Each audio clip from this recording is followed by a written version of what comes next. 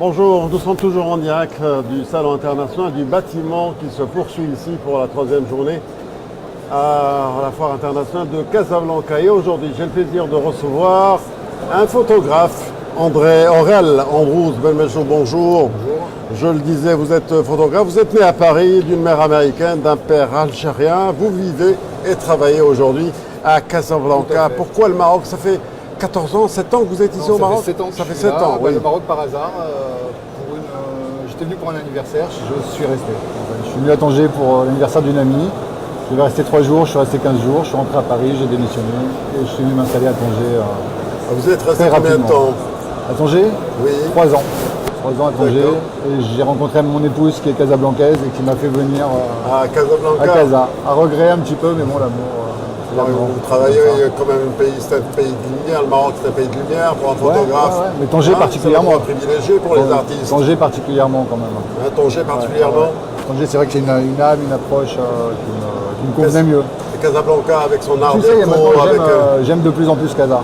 Il faut s'habituer à Casablanca et vraiment se promener, se balader et puis apprendre un petit peu à appréhender les espaces de cette ville.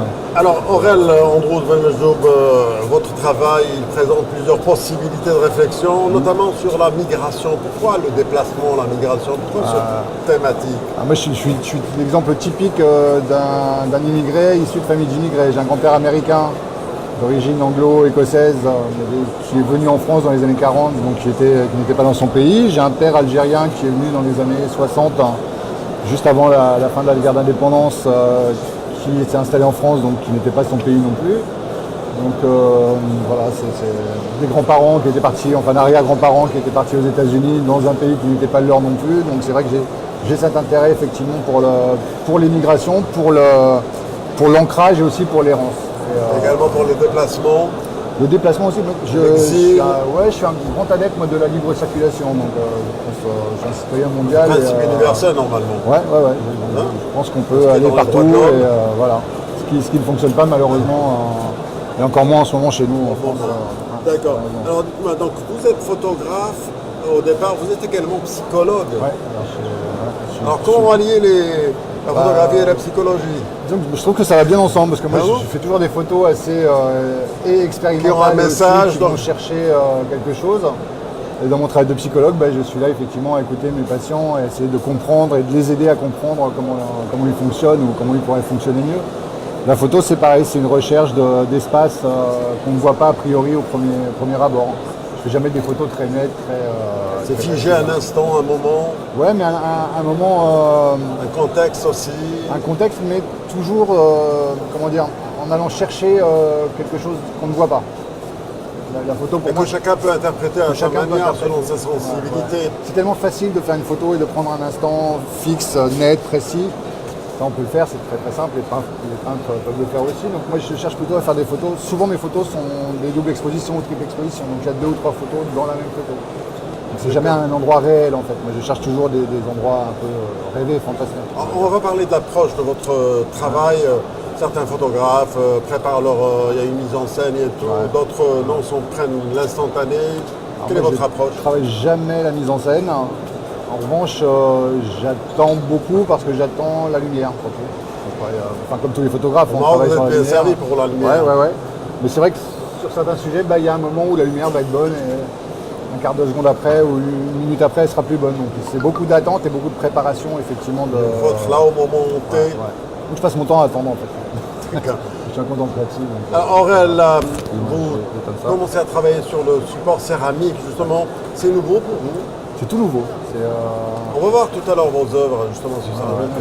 Ma galeriste, il y a quelques semaines ou un mois peut-être, m'a dit qu'elle travaillait ou qu'elle était amie avec Martine, voilà, et qu'il voulait faire des essais en fait de photos sur la céramique.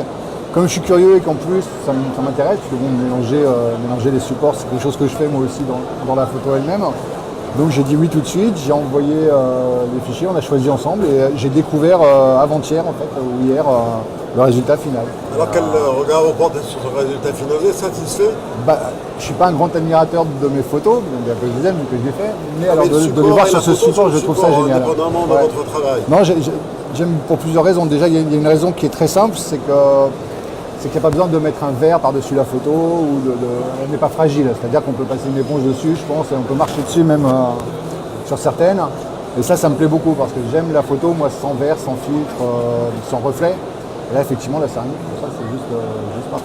Ça donne même envie, peut-être, de préparer une exposition avec des photos imprimées sur céramique. Et c'est une piste que vous allez emprunter Ayant vu le résultat et ayant commencé à parler un petit peu, effectivement, et avec ma galeriste, avec Simon Steen, peut-être, ouais, effectivement, travailler un petit peu ça. Ouais.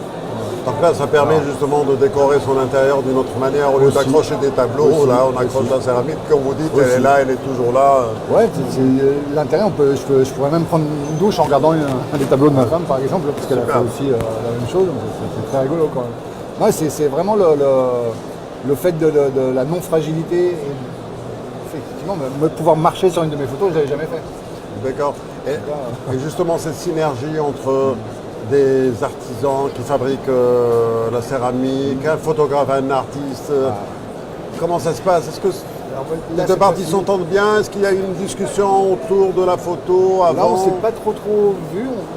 C'était vu par ailleurs, mais pour d'autres choses. Mais là, on a pris date effectivement pour se rencontrer, que moi j'aille visiter l'usine.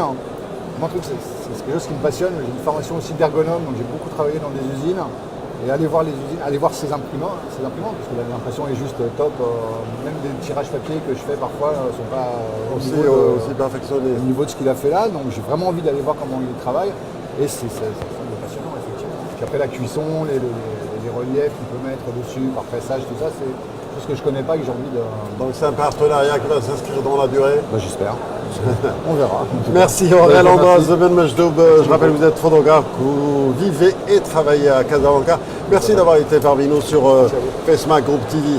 Merci. Bonne chance. Merci.